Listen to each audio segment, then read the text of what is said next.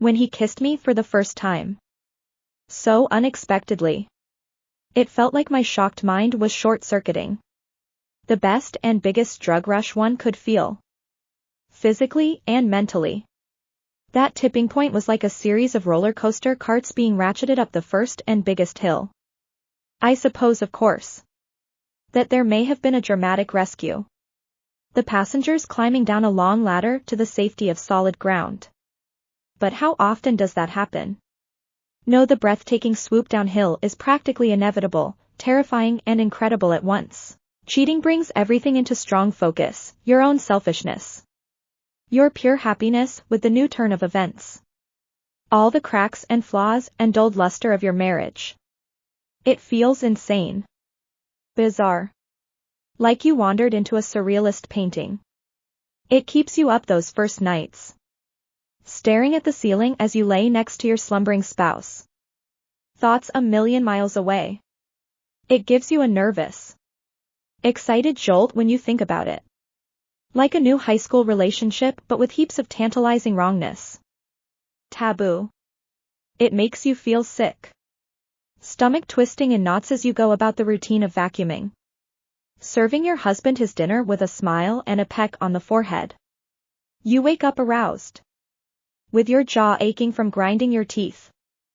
Quickly. The cheating begins to normalize.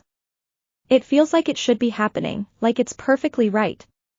Like all the strong judgment thrown at cheaters can't apply to you. Because being with your lover feels so good. How can it possibly be wrong? How can nature be pushing your body and mind in a direction that is so terrible? You realize society's view on monogamy is unrealistic. You fit into the snug of his shoulder. He puts your hands on your face when you kiss and he kisses you like he means it. Mouth searching hungrily. And oh. You haven't felt that in your marriage in years and you want to, and sometimes do, weep with the beauty of it. You think deeply about your marriage. How you got to this point. You realize you hadn't really thought too hard about getting married. You were just in a canoe that eventually and calmly drifted down relationship river and under matrimony bridge. The year before the wedding. Your thoughts were consumed with booking a venue. Picking your dress. Your bridesmaids. Your colors. Menu. Invitations. Etc. Did you actually think about being a wife? You had no reason to ever end the relationship with your then boyfriend. No reason to turn down his perfectly planned proposal and break his heart. How could you possibly have done that? He is kind. Honest. Motivated. Smart. And handsome. He has never called you a bitch. Never yelled at you. Never infused ugly drama into the relationship. Sure. The sex wasn't great. But you learned from a 6-year-long past relationship that great sex was often the result of high drama. And high drama left you shaking on the ground after your old boyfriend shoved you out of a slow-moving car. His unfounded drunken shouts of slut ringing in your ears. So when you finally extracted yourself from that nightmare and realized you needed a nice guy, one came along and the years slipped by. A ring appeared on your finger. A wedding took place. A home was made, and then what you suspected, but weren't quite sure you were missing, came along and kissed you in the dark. Kissed you for an hour outside on a New England December night. Not feeling any cold at all. Stars winking approval at you from a clear black sky. Cheating is like being in high school. With the husband playing the role of dad. You hide things. You contrive of what lies to tell before you get home. I went to Ruby Tuesdays with friends and I had the burger with no cheese and sweet potato fries for dinner. Rachel told us about the new cat she rescued. His name is Tabby. The sneaking around seems mainly harmless, after all. You're not directly hurting anyone. This is about you and your lover. It has nothing to do with your husband. Despite your best intentions. You develop feelings for him. It feels weird and mildly uncomfortable when the time for obligatory marital sex rolls around. When your husband kisses you. It feels like nothing. All your sparks are with your lover. This reality makes you take a breath before you tell your husband, "I love you," after the lubricated sex. To make sure your voice won't audibly shake, you cry very carefully and silently into your pillowcase in the dark, your fists clutching sheets. As his satisfied breathing turns regular with sleep, you try harder to be a dutiful wife. You cook your husband dinner and do his laundry, carefully tucking his socks together so he always grabs a matched pair. You ask about his day. You bring him water and aspirin when his head hurts. You pick up an almond Snickers bar in the checkout line of the grocery store because he loves them. You take care of the bills, the little cogs of running the household, planning everything so his life feels easy and stress-free. He feels a rift anyway, and remarks upon it. You shrug, tears making your eyes shine like stars. That conversation recedes into the background and you carry on. Your lover opens his apartment door and sees you're upset. His eyebrows wrinkle with concern and he kisses the sadness out of you. The sex is amazing. Like tasting chocolate again after years of dieting. Only so much better. You ask your lover what 2 words he would use to describe his life right now. Only because you want to answer the question yourself, awful and awesome, you whisper into his chest. There are some moments you are so caught up in it. You don't even care if your husband would magically warp into the room. You look at your lover's clock glowing in the darkness and will its changing numbers to slow down. You leap on every opportunity to see him. Eagerly but worried to appear too clingy. You play songs that have significance regarding him with regularity. Sometimes crying. Always wanting. You read online posts about cheating. Wince when you see the blanket statement, harsh judgments, bad person. Liar. No morals. Unforgivable. This makes you feel more like a flawed failure than you already do. Because you do strive to be a good person. You have admirable goals. You sometimes volunteer at the local soup kitchen. You take it straight to the heart when you inadvertently hurt someone, it tears you up inside. And yes, you realize what you're doing has the strong potential to be incredibly hurtful to someone you love. To the best friend that you entered into a legal contract with. To the person whose financial, social, and personal life is so entwined with yours. It's difficult to fathom how it could ever be disentangled. Who would keep the living room table if we split? You think. Insanely. You know your husband had a difficult life, you wanted to save him. To be for him that shining, perfect person you knew he deserved. To lift him up above those pitfalls. You realize now that you're just another horrible tiger trap for him. Covered with leaves. Hoping he won't stumble in. You feel preemptive dismay at this. You can't tell yourself now that sex isn't so important. Because having felt it again, it's like the moon pulling the tide out from the beach, you realize you need it. My God. You really do. Before you're wrinkled and old and at life's end. Cheating is sad and beautiful. Distressing and wonderful. The biggest dichotomy you've ever felt. It cuts into the vision of your future with a looming question mark. Brands you forever with that big scarlet A, makes you question everything. 7 months later. 4 long months passed. The most difficult, depressing and guilt-ridden of my life. I felt trapped in an untenable situation. It was clear to me that I was unhappy with my marriage and unfortunately had neither the courage nor the foresight to admit this to myself or my husband. I wish I had the introspection to speak to him before becoming a cheater. But alas, the internal pressures of attempted self-preservation and denial prevailed. I began joking of suicide. Engaging in jags of sobbing in my car.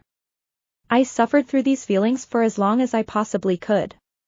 Still seeing my lover frequently, his embrace felt like my only solace. My one real happy place.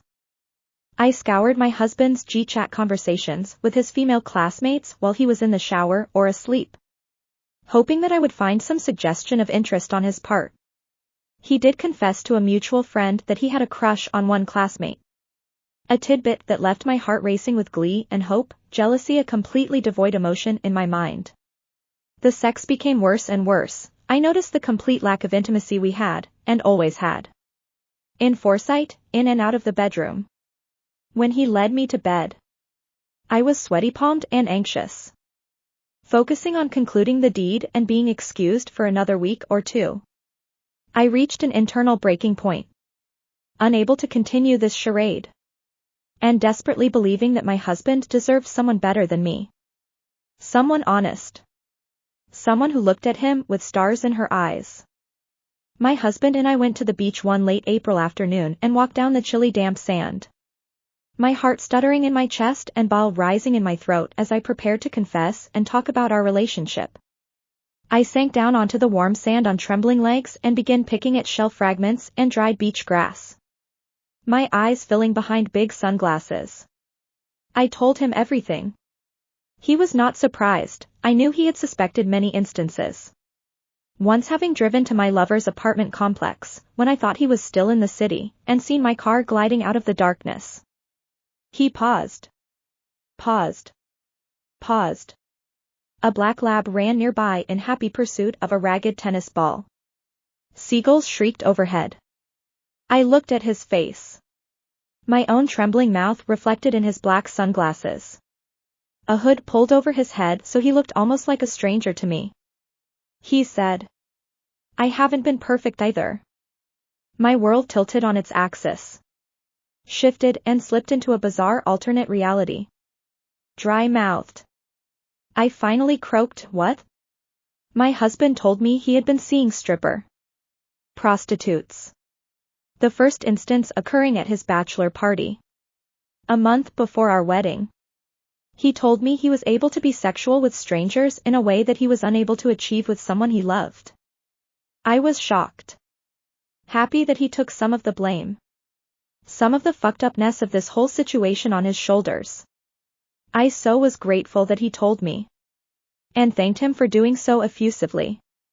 I felt no jealousy. Only a pink streak of joy and hope. That I could finally see a way out.